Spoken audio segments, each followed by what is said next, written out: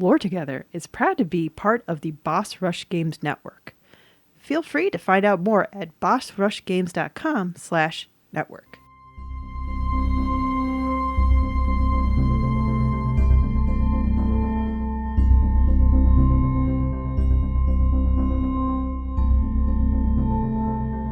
Hi, I'm Safi. And I'm Mystic. And this is Lore Together. This is the podcast where a husband and wife team talk about all the characters, storytelling, and settings in video games, because that's what we like to do together. We lore together. Yep, and no Buddy in the background this time. Yeah, our experiment of putting him to bed before we record has been going swimmingly. I think our hypothesis has been proven that we can do this, and we will continue to do this. Yeah, and this is episode 38. Before we get into the episode, though, if you'd like to contact us, you can do that on Twitter at LoreTogether, on Instagram at LoreTogether, through email at LoreTogether@gmail.com. And if you'd like to support this podcast, you can do so by going to patreon.com/LoreTogether, where you can pay a per-episode pledge to get early access to episodes, mini-episodes, Q&As, and other things we may be doing in the future. Since this is Pride Month, you wanted to do a game that was... You asked for people for a game that would be relevant. As allies, we have a responsibility to acknowledge the fact that there are queer peers amongst us, and we should help celebrate their lives. I think that as much as we have a very small platform, I would love to help facilitate that. So I asked on our Discord channel that if you are not part of the Boss Rush Games Discord, you should do it. We've actually been keeping up with their coverage on E3 with not just us, but like EXPcast has been keeping up with it. The WASD and Beyond has been doing it. Boss Rush Games in general has had a every night recap of everything. You can go back and watch those on their Twitch and everything. It's worth it. Anyway, shameless plugging of our friends aside, on the Discord, I said, hey, we would love to do a game that has good LGBTQA plus representation. I believe it's just LGBT plus now, isn't it? Is that the general acronym? Yeah, there are so many different attraction/gender identifying diversities that we are now acknowledging, at least in our culture. Some cultures had already been thinking ahead to that stuff, and I don't think that at least American mainstream culture was. So we got to do it now. I would like to got to make up for our lost time. Yeah? I am an ally. Yes. But terminology is often obtuse to me. Mm-hmm. So I may get some terminology wrong. I do apologize. My heart's in the right place. I can vouch for Mystic that even though he's one of the people who's going to benefit most of the society that he lives in, he tries his hardest to acknowledge everybody's situation and what it means to be in the real world. So, and I also will try as hard to not mess this up. But really hard. Yeah, but we're going to be doing Tell Me Why. Yes. And, well, we have a lot to go through. The game was released in 2020. It was developed by Don't Nod Entertainment. Okay. Who do another series that we will have to do at some point called Life is Strange. Life is Strange is such... I remember watching one of the live streams. I remember Life is Strange because they're coming out with a sequel, and that was announced during the E3. And in the chat, in the Twitch, I said, amongst many other rambly things that people were nice enough to respond to, I said, I feel like Life is Strange is like the CW drama of the gaming world. Like, it's such a... Don't Nod seems to do that. That is kind of their shtick, is drama, but it's all like discovering yourself or just basic glimpses, like really tight glimpses at small worlds in a way. Like here's this one neighborhood or whatever, and we're going to unravel a bunch of characters in it. And I am not here to knock that kind of game, because I don't want anybody to think that only certain video games are games. I just find it funny that it's very easy to describe their it is a good niche. Game. It is a good game. Yeah. And that's not the only thing they've done. If you remember, there was a game called Remember Me. I think so, where you could, like, it was a third-person combat action game. Yeah. But you could mess with enemy or with characters' memories and change... Wow. Yeah, it was pretty cool. Wow, okay. I might go back and play that. I have no shame in playing an old game, so. It's not that old, but Okay. this was also published by Xbox Game Studios, so it's like Microsoft's main publishing division for games. Okay, so this is why everybody knows it then. Yeah, I'm gonna let you in on one little thing here. Most games like this, Yeah. I would not be able to describe as small town murder the game. Oh gosh. Okay. So when you say that, are you referencing just the idea of a small town murder is the game? I am referencing the storyline of this game. There is a murder that happens, and the whole plot is you unraveling why, who, and the characters involved. Okay. So we're going to begin. There's three Which chapters. is why it's called Tell Me Why. It's answering So there's that three question. chapters. This game is about 9 hours long if you play it through. Okay. And didn't they release them They were released pretty quickly in quick like a week or succession. so, Yeah. a week apart? Yeah. So 3 chapters a week apart. And if you're going to play this, it is recommended that you either binge it or you do them also in quick succession. Right. So maybe not binge it, but like do one chapter one day, the next chapter the next day, the next Yeah, chapter the each next one will day. take you about 3 hours probably. Okay. But there are puzzles, so, maybe not. I'm bad at puzzles, so let's say 4 hours for me. Chapter 1 begins with a flashback of a young Tyler Ronan in 2005. What sitting, a name. Huh? What a name. Yeah. Sitting in the Delos Crossing police station in the middle of the night. Tyler is being interrogated. Eventually, Tyler says that mom went crazy and tried to shoot him. And he stabbed her.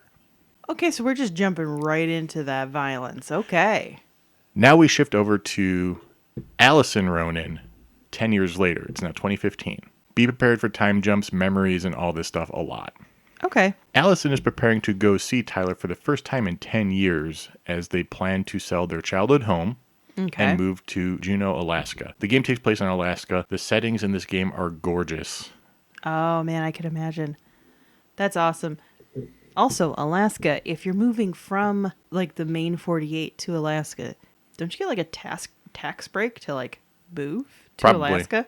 Increased population density. 2 things to point out that I don't really mention in here. Obviously, we're going to mention the character who is trans. Don't Nod explicitly talk to Glad a lot while writing. Mm-hmm. And also, the community they're in, it's not a real community. Delos Crossing is not a real place. It is based off, I can't remember the name of it. It is based off a real town, though. Okay. In terms of like where it is in the state and like the makeup of it. But obviously, these events did not happen there. Right. So we can't associate any of this with the town that was inspired it. Okay. But that area is highly Alaskan native, specifically the Tlingit. Okay.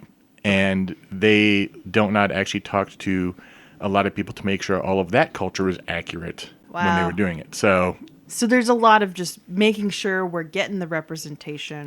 there's a lot of representation here, but we have a lot of story to get through. So Allison is going to meet up Tyler. Tyler is prepping to see Allison. They haven't seen each other in 10 years. Wow. So it's a strained relationship, it sounds like. In a way, yes. Tyler has been spending his time at Fireweed Residential Center. Basically, he was sent there after The incident. the incident because they were only 11. They're twins. Oh. He was only 11 when this happened. So when this incident happened and mom's dead, they're 11. And he gets sent away to Fireweed Residential Center And how many years later is this now? 10 years later. So he's 21 now. Yeah. He could have left when he became 18, but we'll get to why he didn't. Okay. Yeah, and there are a lot of programs where they will voluntarily or otherwise keep you till you're 21. Yeah. He basically writes a letter to his counselor and takes one last look around, collects his things, and leaves. And outside, they hug and they speak about what's been going on in their lives for the past 10 years because really, there's been almost no contact. It probably was really regimented and controlled there. It's not quite that. And it's more, we'll get into why they don't really talk. There's 2 reasons they don't talk. They do have like some correspondence. It's not like they're completely shut out. Yeah. I mean, sometimes I hate twins as a storytelling trope, but I do. Oh, you're going to hate some aspects of this then. But I will say that there is something to be said about the bond you have with somebody who you shared a womb with. I actually have aunts who are fraternal twins. They are on a very different wavelength of relationship than the rest of the siblings, and their relationship is very different than how all the other siblings would Yeah. relate to each other, which are typical sibling stuff. If you haven't grown up in a family with twins, even fraternal twins, you might not be aware of just the vibe of it all. Right. So they're driving to the ferry because they have to take a ferry to get to Delos Crossing. Mm-hmm. And while on the ferry, Allison and Tyler speak about their places they remember from their youth, kind of like Reminiscing and all this stuff. nostalgia and all that. And Allison presents Tyler with a ring, a gift from her adoptive guardian and adoptive uncle, Eddie Brown. Tyler dislikes Eddie for not allowing Allison to see him for 7 of the 10 years that they've spent apart. Wow. And I'm going to say this here. This is a game with a lot of choices that have butterfly ramifications. We're going to tell one telling. So what you're going to say now is that the audience is going to hear one story, but you can go Yeah. and experience a different story. For instance, Tyler right now has the option to take the ring, deny the ring, or literally throw it into the lake. Whoa. And that will change character behaviors and stuff later. Okay. There's still only two main endings. There's other endings, but there's two main endings that other endings kind of fall around. So what you're saying is it'll be better than what they did with Telltale Games where it just says, Allison will remember that. After whatever you do with the ring, Allison will call Eddie and check in, telling him about Tyler's response to the ring, and then Tyler will explore the boat. There's a guy you can talk to who is a flavor text character who still just shows up. Okay. It's weird. It's kind of like that living world feel. Right. Like you see the same guy, but he's not related to anything you're doing. He's just an anchor. Yeah. Okay. An anchor of the setting. Okay. Eventually, the ferry arrives in Delos Crossing. Allison drives the siblings to 12 Cannery Road, which is their childhood home. The twins enter the property, and Tyler seems excited and nostalgic at being back at the site of their childhood adventures, while Allison is much more apprehensive. Mm-hmm. The twins quickly discover that someone has changed the locks on all of the house's doors. Well, they've both been gone for what? No, she lives in that town, and they must unscrew some bars, uncovering one of their childhood secret entrances in order to get inside. So, and if Allison's been checking up on the home, like, who would it? Okay. Mystery number one. As kids, they had dozens of ways to get in and out of the house. Right. Crawl spaces, all that stuff. They explored everywhere, that type of stuff. So they have secret entrances and ways about all over the place. And so while they're looking for a screwdriver to open this one pathway, Tyler and Allison see a vision of their past selves through the bond. First, they're doing chores in the shed, then arguing over Tyler's misbehavior, getting them both in trouble. The twins are surprised they've never seen memories through the bond before. But it's like when, you heard me earlier with this, when they say that this line comes out of nowhere, it says, it's like when we would share memories through the voice. Wait, what? Which bugged me a lot. This sounds so vague and intellectually ethereal. I just can't grasp it right now. I'm sorry. The voice is basically telepathy. They can kind of see each other's, like, hear each other's thoughts and communicate through. Oh, okay. Yeah. So we're going to have a little bit of a supernatural twist to this. But now they're actually seeing memories. Together? Yeah. Like they're watching like a they movie. can both see the same memory. Okay. Interesting. So we're in space too. Like they're watching it. It's like a holographic projection of a shared experience. So, but basically what you're telling me is the story gets a little wooey, you know? I think this is a thing that Don't Nod like to do. I'm not, because Life is Strange definitely does it. Yes.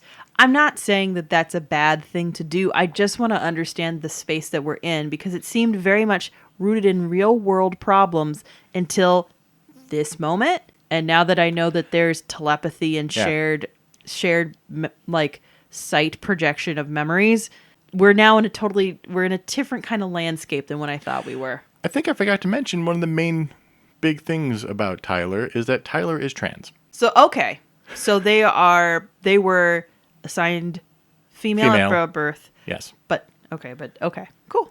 This is simultaneously important to the plot and not important to the plot. That is a fine line to walk as a writer. It is important to the plot insofar the characters believe it's important to the plot Okay. in terms of trying to figure out what happened with that incident. Yeah. And it's important to the plot in that it is a defining aspect of one character and their interactions with other characters. When people say they want to have representation, and I love how I'm the one saying this because I'm the white guy, but when people say they want representation, the thing that they don't want usually is tokenism, where the only trait that you're having for a character is that one thing. Your personality type can't be trans dude. Right. We don't And it's want not. that to be it. Well, that's really refreshing. But it is a major part of his character. So finally they get this screwdriver. Tyler pries these wooden slats off of the crafty goblin's secret entrance and enters the spacious area below the house's porch. This is where things can get more complicated for a recap. Tyler and Allison are the crafty goblins. Their mother was very creative and urged them to foster their own creativity with stories of her own design. And basically they would all kind of build up this mythology. So it's like a shared narrative that they have? And this mythology that they made up as kids is central to understanding the story, solving many of the puzzles, and many of the characters in mythology are based off of the, quote, real people in the story. Okay, so it's kind of like if you did a Dungeons and Dragons game and the characters that the people had met in the game you were running were based on, my new boss at my new job, the person who makes my latte every morning, stuff like that. But we're talking fantasy, fiction, metaphor. Okay. So just keep in mind that there is a lot of lore. You can actually read all of these stories. We're not going to cover them all. Oh, wow. Okay. There is an actual literal book that you can flip through and read and look at all the stories and all the artwork. Oh, man, that's really cool. And you will need this book. It is used, you have to refresh your memory for most of the puzzles because they all relate to the stories that these kids had. Oh, interesting. Okay. And while walking through this area underneath the porch, Tyler hits his head on a low beam, and suddenly they can communicate telepathically through the voice again.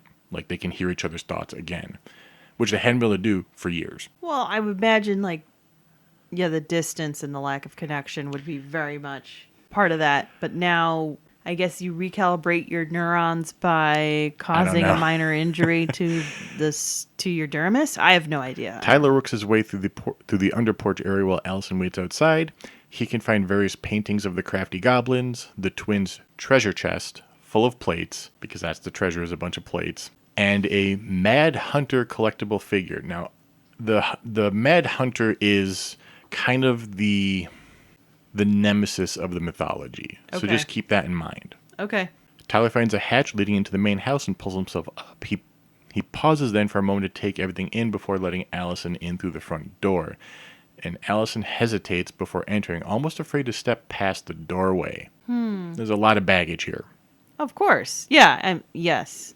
For her in particular, the thing about being in a situation like Tyler is you're kind of forced to have to work through it, right? You are literally in what is considered a rehabilitation facility. Right. So... Also, Tyler transitioned while at the facility.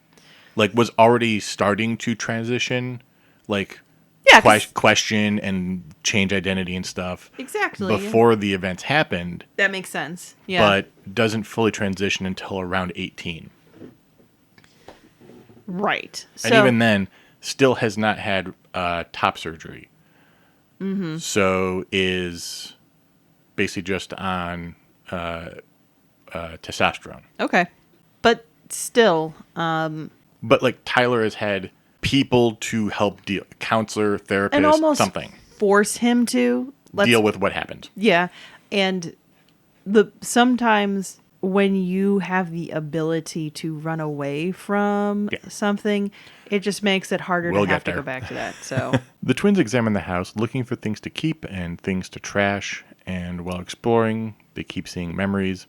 And they proceed upstairs to look through their room for the Book of Goblins, which is this collection of stories and artwork that they or their mother have created. Okay.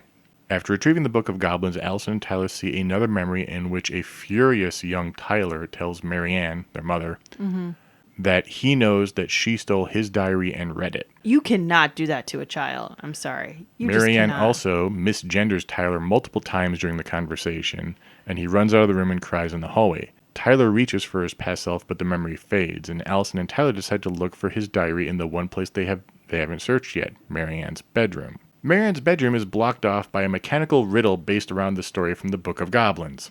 Like they have a site that is the mechanical riddle, or Like there's 3 wheels on the door and you have to put them in a certain order to open the door. literally like in the real world? Yeah. Oh my lord. Okay. Yeah, expect stuff like that. That just feels very out of place, but okay. It's I haven't played it, so I don't know how out of place it really is. It feels out of place. Okay. Tyler can either reread the story and figure out the clues to open the door, or he can just break down the door. Allison will remember that. Either way, the twins up inside Marianne's room. There, they find not just Tyler's diary, but also right next to it 2 other things. A pamphlet for a conversion therapy camp, Oh no. and a book about raising and being an ally to your transgender child. So it's insinuated she couldn't decide between the 2? Tyler is shocked to learn that Marianne had supported him the entire time. Basically, just having this book is more than he thought.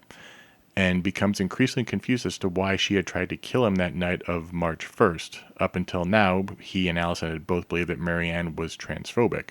Well, maybe she was. Neither one of those, to me, just thinking about it rationally, lead to one or the other. It could be one of those things where, Trying to figure out where you stand. well, yeah, or you mention it to for example, I have friends who, if I mention something that I'm going through in life, they'll immediately link me to something that they think references that. She could have felt transphobic and was really trying to get Tyler to that conversion camp. God, I'm glad he missed that. And instead had a friend be like, read this. This will really help you. And didn't realize her friend was that progressive. And Yeah. who knows?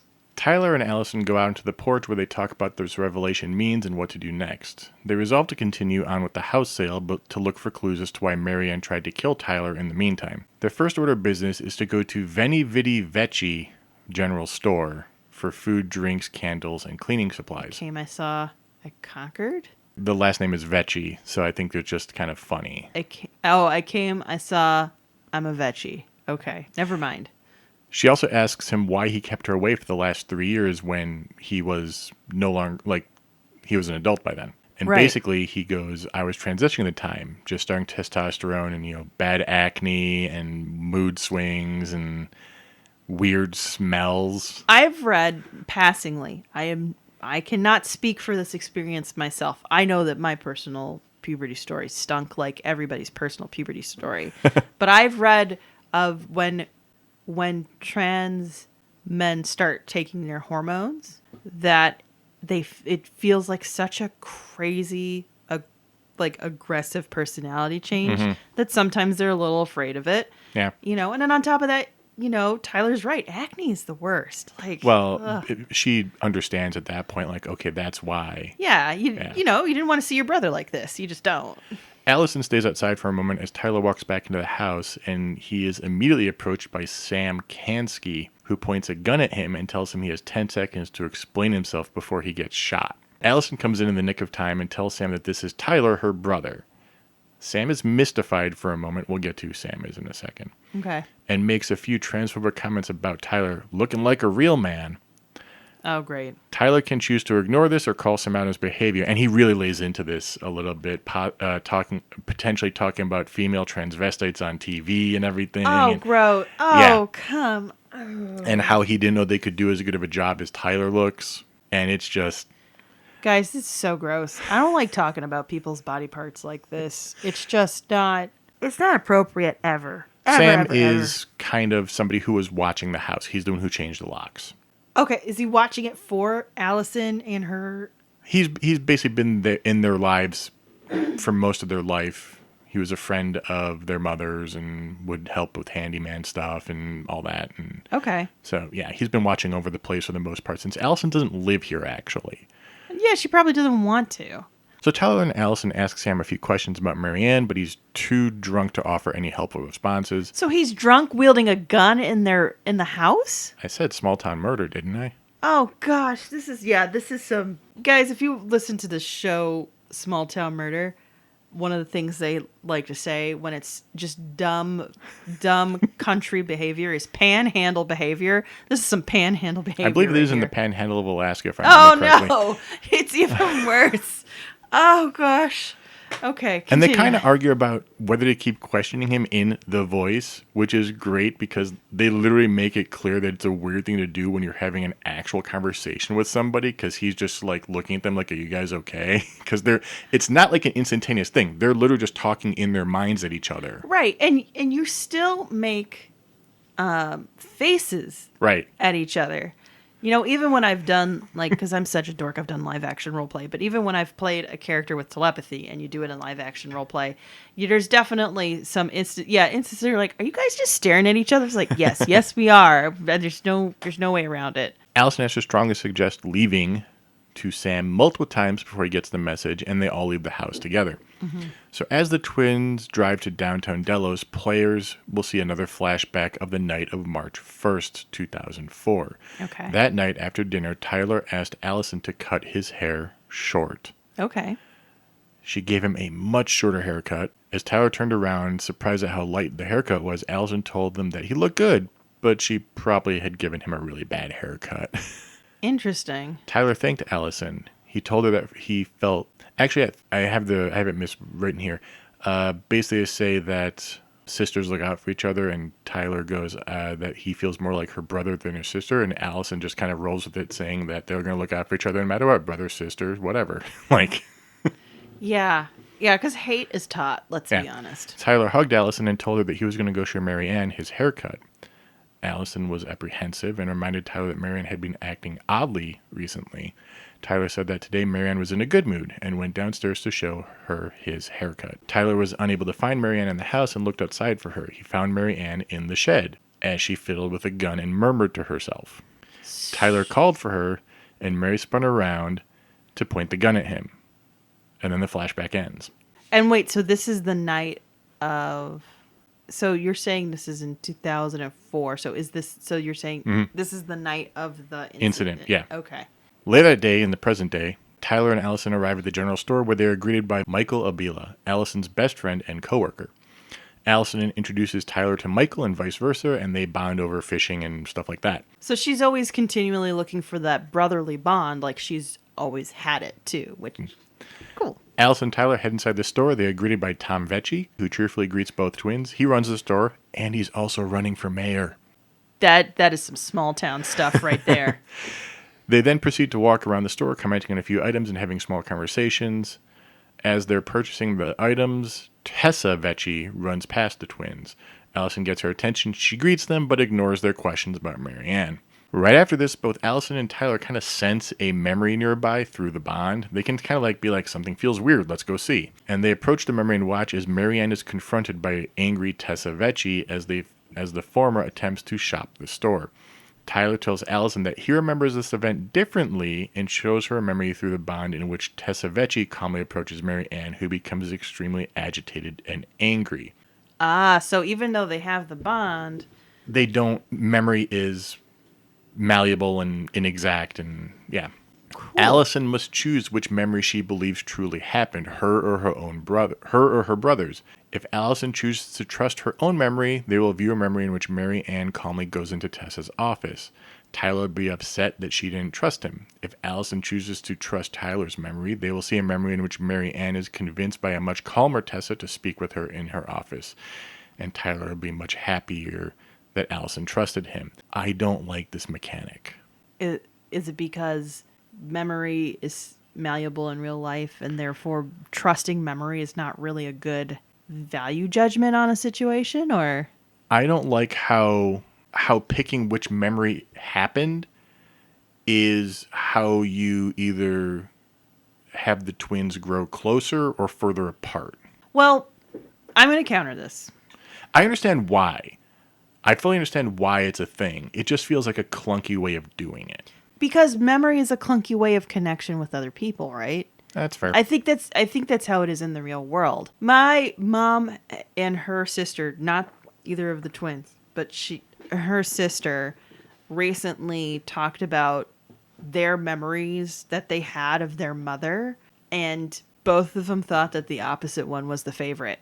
So, like, Okay, fair. it's I think it's just one of the flaws of basically human data banks. Like, our neurons can only handle it to a certain way, and memory is so connected to emotion that, like, if you're irritated by an itch, you're going to remember an incident different than if you were like really calm and relaxed because you just got a back rub. It's I'm not saying like I that. don't understand why this is a thing. It just feels a little weird to me, but that's fair. Whichever memory Allison chooses, the twins will be faced with the same dilemma. Mary Ann and Tessa turn up the music in Tessa's office so that neither of them could hear a thing that was going on inside of it. The Okay. twins recognize the song and ask Tom to play it, hoping that it will bring back old memories for them. This happens, and basically they go through a bunch of different memories, and they eventually figure out that Tessa and Mary Ann were arguing over two main things: Tyler's identity as trans, and Mary Ann's sudden refusal to pay Tessa's debts. Sudden refusal to pay Tessa's debts? She owed Tessa money and she refused to pay it. Okay.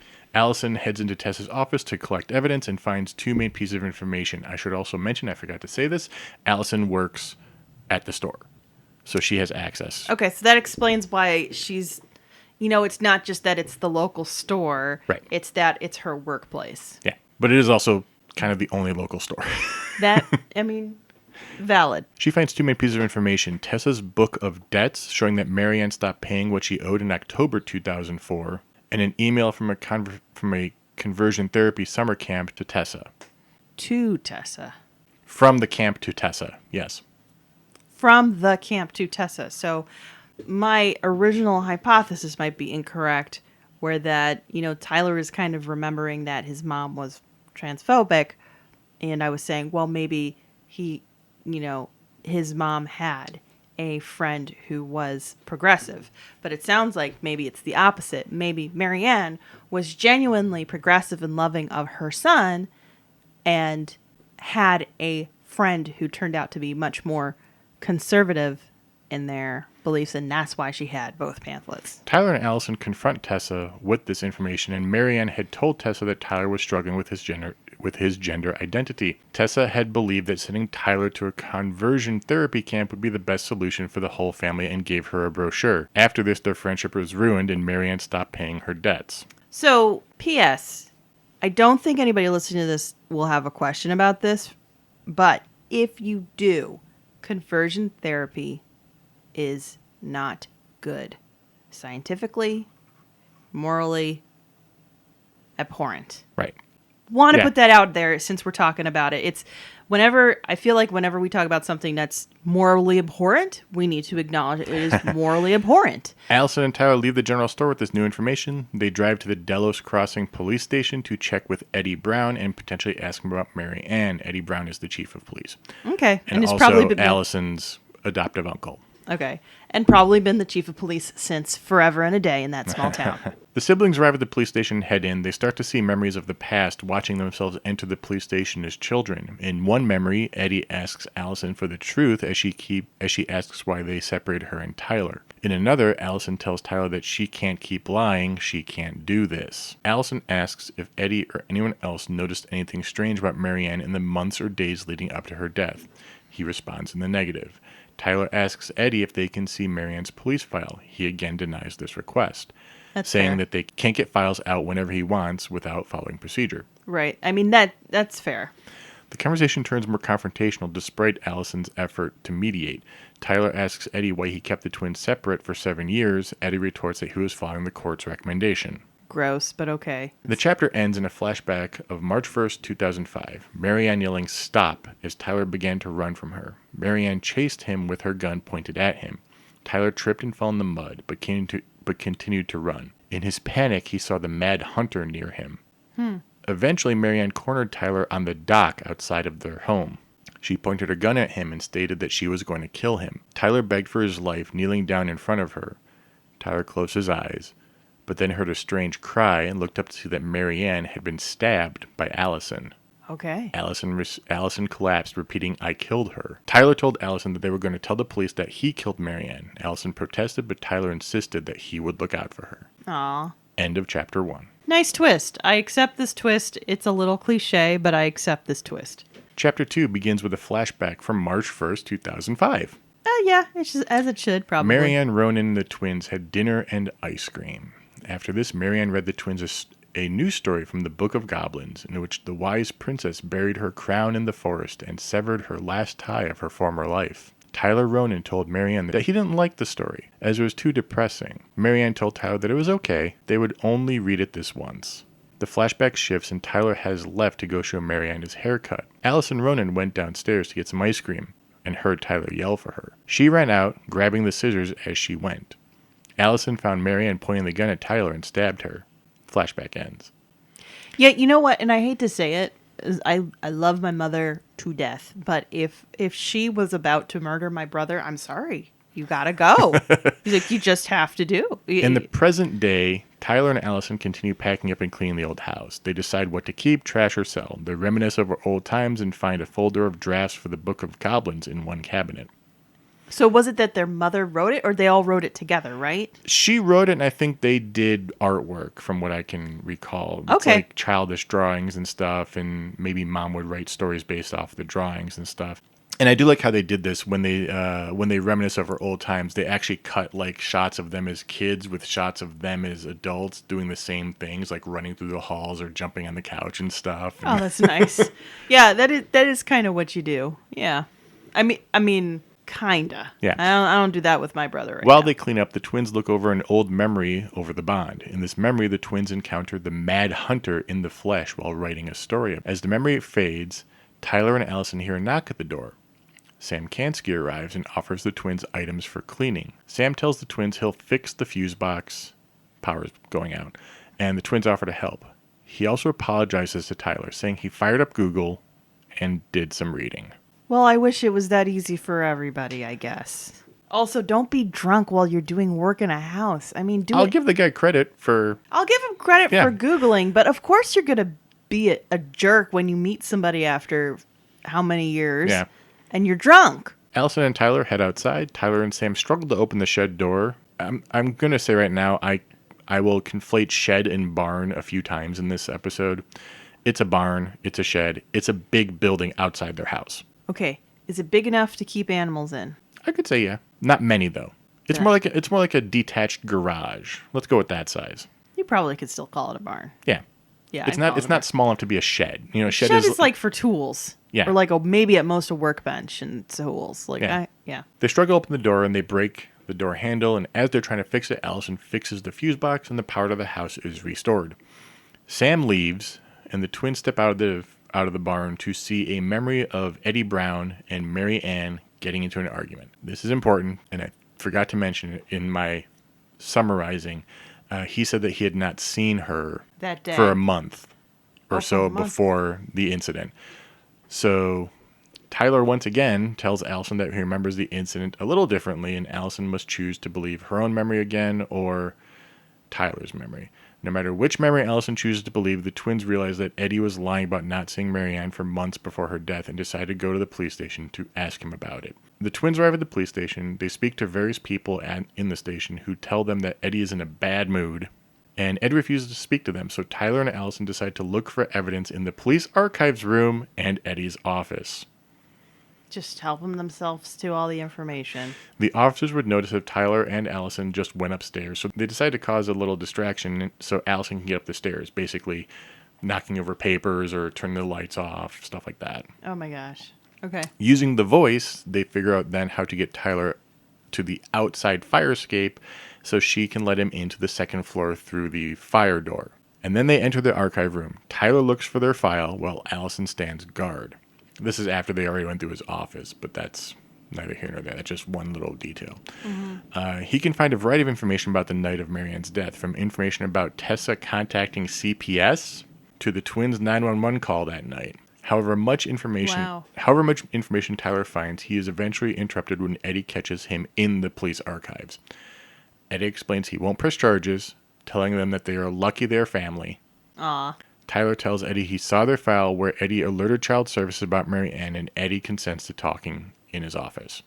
He explains the winter before Mary Ann's death was especially harsh. Everyone in Delos Crossing was struggling, but Mary Ann struggled most. Mm-hmm. When Tessa came to him about child neglect, he was obligated by law to report it, even if he didn't agree. Oh, okay. After learning child services planned to pursue the case, Eddie broke protocol to warn Mary Ann that things weren't looking good. He apologizes to the twins for withholding information from them, stating he just wanted to save them from unnecessary hurt. He recognizes that he made a mistake, but states that he tried his best, and being a father is a tough job. Yeah. He tells Tyler he'd like to be a father figure to him as well. If Tyler forgives him, he will wear the ring Allison offered in Chapter 1. Tyler can then talk to Eddie about the firewood payments. Basically, Eddie, unbeknownst to Tyler, was paying for his way through the... Oh, the rehab wasn't state sponsored. It was. Yeah. Oh, man. He also, Allison was also accepted to a school, and he kept it from her, saying that she was rejected. So he's good and bad. Wow. He's kind of a control freak there then. That's just how I'm interpreting it. If Tyler does not forgive him, he will call Eddie Chief and tell him it's time to move on. Eddie will suggest to Allison they get dinner together, just the two of them. Tyler and Allison decide to go to the general store to speak to Tessa Vecchi. They can't find her, but have a short conversation with her husband, Tom. After Allison and Tyler finish speaking to Tom, Michael asks if Tyler and Allison want to help him close up the store and tells him that Tessa went to the graveyard. Uh-oh. Michael says they can help him close up the store and then go to the graveyard with him, as he wants to visit his uncle's grave. Michael goes to the storage room to take inventory and asks Tyler to help him while Allison works behind the counter. He asks Tyler to count various items in the storage room, but after that he asks Tyler to look at a sketch he's done of Tyler. Okay. Michael asks Tyler to count the number of Tom Vecchi plushies in a box, and once Tyler answers, Michael throws a plush at him. This begins a plushie fight in the storage room. Okay, I'm down. Michael can win or lose this fight depending on the player's actions as Tyler. After this, Michael sits down in his and Allison's break area of the storage room and actually starts to write up the inventory list. And while they're both sitting in the break area, Tyler and Michael can speak about various things, including a poster for a band, a poster for an LGBT plus group, and the Vecchis. Michael is flirtatious throughout the conversation, and Tyler can choose to accept his compliments or stay distant. Allison arrives at the counter and asks if Michael and Tyler are ready to go. The twins go to the cemetery, and Tessa finds them at Mary Ann's grave. Yeah, of course she went there. After the twins confront her, Tessa says Mary Ann's mental state kept getting worse, and she feared what would happen if things continued. She says Mary Ann burned the way goodwill, and no one in town would hire her. Mary Ann even had the twins stealing for her. She accuses Mary Ann of believing that she was better than the rest of Delos Crossing, and says things would have been better if Mary Ann hadn't run around with married men. Wait, what? Excuse me? She let slip that something happened between Mary Ann and Sam Kansky, and that Laura left Sam over it. Tessa admits that she could have done better than alerting child services, and she is sorry for her mistakes. She says she doesn't deserve the twins' forgiveness, but she would like to be a part of their lives still. Tyler asks if she is okay with who he is, and her answer will depend on how the twins acted with her back in Chapter 1. Interesting, okay. Yeah. If she's accepting, she is highly religious, but Okay. she says that she has prayed asking for what God thinks of it, and the fact that Tyler is standing there, a fine young man, is the answer that, she's accepting of him now. Okay, I guess we'll go with that one. I did no comment. Now it gets interesting. Oh, I was intrigued before. The twins head back home after this to find the barn is on fire. I'm sorry, what? Allison heads for the fire extinguisher while Tyler runs to check it out, but he is smacked in the face by the door. A male figure in all black runs away from him. Excuse me? What the heck? It's not a huge fire. It is a small fire, but it's enough to notice. And when the fire is out, they find a box that the man was trying to burn. Inside are letters from their father, whom they don't know, to their mother, basically spelling out that their father was having an affair with their mother. Oh, so they're the product of an affair. Yeah. Okay. They see another memory from the night Mary Ann died, and here we get to find that Tyler saw someone else there, someone dressed in the same looking gear as the man who just rushed out of the barn. This is the person he thought was the Mad Hunter, at a glance. Oh, interesting. There's one more place. One more memory Tyler wants to check. The dock where their mother died. And here, Allison is afraid. Because what if the memory is the one where she killed her mother? She doesn't want to live through it again. Right, that's fair. He tells her they need to find the truth. But Allison is purposely trying to ignore it. She has never come to terms with what happened. Never did therapy or anything. Well, as we said, Tyler did his part. Tyler did therapy as part of his transition. Yeah. As they watch, they see a memory of them spying on their mother and their father arguing on the dock.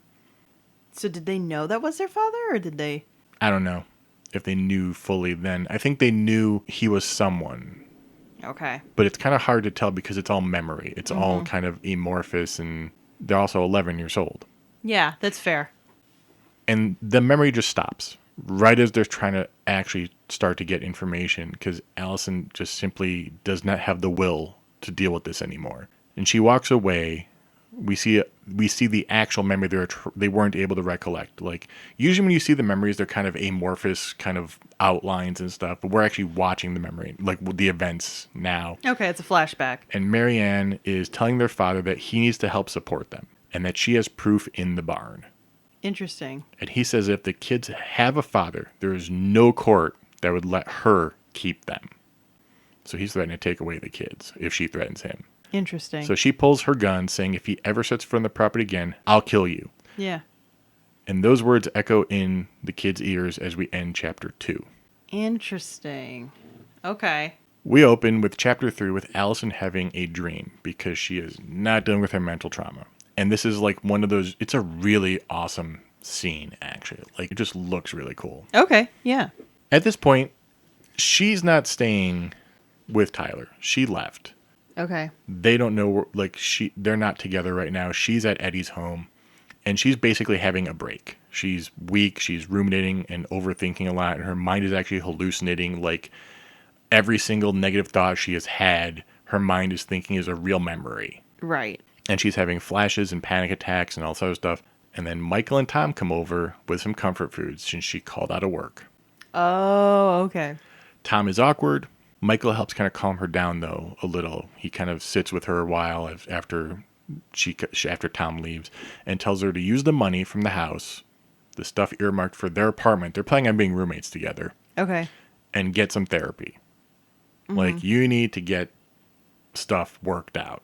And that she has to take care of herself first. He then offers to go see Tyler to patch things up between him and Allison and kind of act as the go-between, because this whole thing where they're on the dock trying to relive this was a big blow-up between them because he wants truth and she's trying to not get to it. Well, yeah.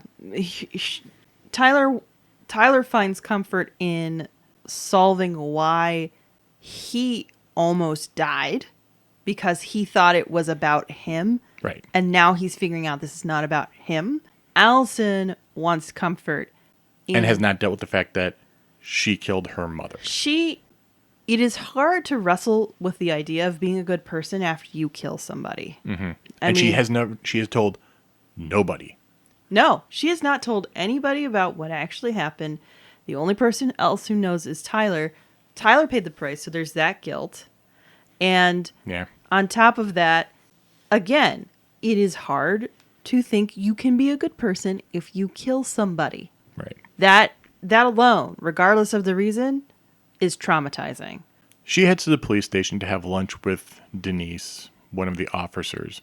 But Okay. Denise has to take a rain check. Basically, the biggest criminal in the city has been caught. It's a raccoon. I was hoping you were saying it was like a 12-year-old who's been stealing bikes. No, it was a raccoon. Okay. Another officer tells Allison that she better not let Tyler drag her down with him. And in the midst of all this, she has another panic attack, running from the police station to get some air. It's Alaskan air. It's pretty cold. Yep. And I love this. That's a brisket to your face. Yeah, I love this. There's actually like a mini game where she's panicking, and she has like a breathing app on her phone that you have to time. Oh, wow. I like that. That's pretty clever. While she's outside, she has a memory of Sam after Tyler has been assigned to be taken to Fireweed. Sam runs up to them just as they're about to part and gives each of them a goblin miniature to remember each other. Basically, these handmade figurines. Aww. They each have one. Eddie finds Allison outside in the cold and brings her inside, saying that maybe with the move and everything, she should not be digging into the past since it's clearly not helping her mental state. Right. And of course, saying that, not realizing the totality of what he's suggesting. Yeah. He tells her to leave ghosts lie, and it wasn't her fault what happened. Now she comes clean, telling him that she had the scissors. That she killed Mary Ann. And Eddie is understandably shocked, but he understands. They were just 11. He's more surprised she let Tyler take the blame. Right. Yeah, obviously they're considering how much of a bond that they have been able to sustain with that amount of distance. They were each other's best friend, confident, Yeah. foundation. Allison basically asks Eddie, like, you looked into it. Did you find out who our father was? Could it be Sam? And he's like, he has no response. Like, he doesn't have a affirmative or not to that because he doesn't Right. know. So Allison goes to Sam to ask pretty bluntly if he's their father, and he says, I wish I was. Aw. And she's not buying it. But he's actually hurt, saying, you really think I would have let you two grow up without a father? He goes, I'm a deadbeat, but I'm not a coward. I mean, fair. That is a clear distinction. Allison says she's tired of trying to figure out all of Marianne's secrets, and that she wants to hate her, but she doesn't even know who she was. And Sam shows her, explains that she cared for Sam, picked up when he was down, got him out of depression, and also shows some of the work they did building the barn. The photo reveals a trap door in the barn that she hadn't noticed. Interesting. Sam starts drinking, though, to the point of passing out, and Allison leaves him, taking the picture of the barn with her. Long and short is that Sam goes through really rough spots. Yeah. And he's either in the bottle, but Marianne was like the one thing that kind of kept him going for a lot of it. Mm-hmm. And at this point, basically Allison can scold him for the drinking or not. And it does play into his epilogue. We're not getting into the epilogue itself for all these secondary characters, but Yeah. it's nice that like even stuff like that does have repercussions. That's good. Michael finds Tyler standing on the dock trying to see the memory they couldn't fully recollect. Like he's literally just like trying to will it to be there. That is an exercise in futility. Oh my Lord. Yeah, and Tyler's stressed as well, and Michael says it's time to go fishing. He sets them up to ice fish right there on the water because it's froze over, and so they don't have to even travel that far. It's basically their backyard. I don't get the appeal of ice fishing, but I tell you what, when Chicago had that deep freeze a few years ago, you better believe it was -80 outside. There were people ice fishing on Lake Michigan right off of like the beach off of downtown. A couple fish caught, and Tyler starts to loosen up and actually talk to Michael. Oh, that's good. Tyler doesn't understand why Allison just wants to bury the past, and Michael lays it out. She's been murder house girl since it happened. Yeah. And Tyler was away from all that. And she had to deal with it. Right. Yeah. They converse more, and it can get flirtatious, which could lead to a potential kiss even. Ooh, spicy. And Allison is waiting for them on the house steps when they get off of the lake. Michael leaves, and Allison and Tyler are both apologizing, finally getting on the same page and understanding how things are going. And she tells him about Sam and shows him the picture of the barn. Investigating the barn, they get upstairs into the trap door, and in the darkness they find a light switch and come face to face with a painting of the Mad Hunter. Whoa. The rest of the room is painted in fantasy murals and text, and they realize that much of the mythology they were told was autobiographical. It's her story. Interesting. At the far end of the box with a tiara crown painted above it, which was from the last story she ever told them before she died. Right. That was the one that's like, we're only telling this one once. Yeah. Where she buried her crown. Yeah. They pieced together the story of their mother's life, how she fled from her family. And they found out Marianne was pregnant in 1992 before she ever moved to Delos Crossing and before they were ever conceived. Whoa. The baby died. And when it looked like CPS was going to take away Allison and Tyler, she snapped and she couldn't lose all her children. She left a letter in the tiara box to Allison and Ollie, Tyler's first chosen name. Oh, interesting. She left pictures of Leo Ronan, their younger brother, buried on the property under a tree. Younger or older? Sorry, their older brother, but deceased. Yeah. They resolved that now it's time to go to the dock and try to bring up the memory they couldn't before to finally see their father. Mm-hmm. And it's Tom Vecchi. Oh, gross. The guy Oh, running the gross. general store. And wanting to be mayor. Yeah. They call him up, saying they need to talk, and flat out confront him when he shows up. And once he arrives, Allison admits that they know he is their father, and Tom confirms it's true, but becomes defensive when Allison demands why he never helped them or Marianne. At first, Tom insists that he had nothing to give, and then calls Marianne a freeloader for accepting all the free food and fuel that Tessa gave her. Though Tom himself never offered food or fuel, he insists on taking credit for Tessa's goodwill because he, quote, supported it. When asked why he didn't help the night Marianne attacked Tyler, Tom says he was afraid for his life since Marianne threatened him and he panicked. When confronted about the barn, Tom insists that he never meant to hurt anyone and that he panicked when he hit Tyler. When the twins insist that he make the situation right, Tom says he'll do whatever they want as long as the truth doesn't get out because he doesn't want Tessa hurt. Interesting. When the twins tell Tom Tessa already knows, Tom is flabbergasted that she never said anything. Tyler suggests if Tom had simply talked to his wife, things might have turned out differently and Marianne might still be alive. Right. Tom deflects, stating that Marianne was unhinged and something terrible would have happened sooner or later. When the twins press him for taking advantage of or abandoning Marianne, Tom says he got caught up in their mother's beauty and worldliness and that love made him a fool. He admits my he made Lord. mistakes and again insists that the truth doesn't go beyond the three of them. Oh, come on. I'm sorry. We've had this conversation before, Mystic, but love is not enough. Come on. When Tyler suggests the truth would hurt Tom's campaign for mayor, Tom threatens to reveal what truly happened the night Tyler was attacked. From Tom's recollection, Marianne did not threaten Tyler, and in fact told him she wasn't going to hurt him. Tom then targets Allison, insisting Michael and the whole town will turn on her if the truth becomes known that she attacked Marianne for no reason. Tyler pushes Tom from Allison, and the twins tell him to never come back. The two of them must then decide if Tom's version of the events are true or not. Tyler insists Tom is just trying to manipulate them, but Allison points out that they've had conflicting memories before, and Tom's version might not be so far-fetched. And then we get the two major endings. And the ending here is clunky. This is where it gets clunky for me, when you're choosing the memories. And so if Allison chooses to admit to Eddie that she killed Marianne, Right. and or took Tom's memory of her mother's death, Tyler returns to the house one last time with Allison and Juno and receiving her therapy.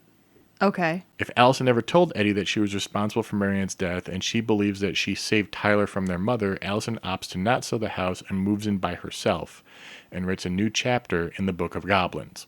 Aw. All the characters have different endings, though. Okay. Wow. You know, if Tyler is with Michael, that changes the ending. You know, there's lots of epilogues, but those are the two main parts of what happens to the protagonists. It's a really clunky ending, which is sad because there's a lot to play with in it. Right. Right. But they're just trying to make the choices matter. And when, once you have that many choices that have to matter, it might be a little clunky. Now, as for what happens, I think, and I watched so many hours of this game, I can't remember which was real and which wasn't anymore. I think that they conflate the I'll kill you from the night before or whatever.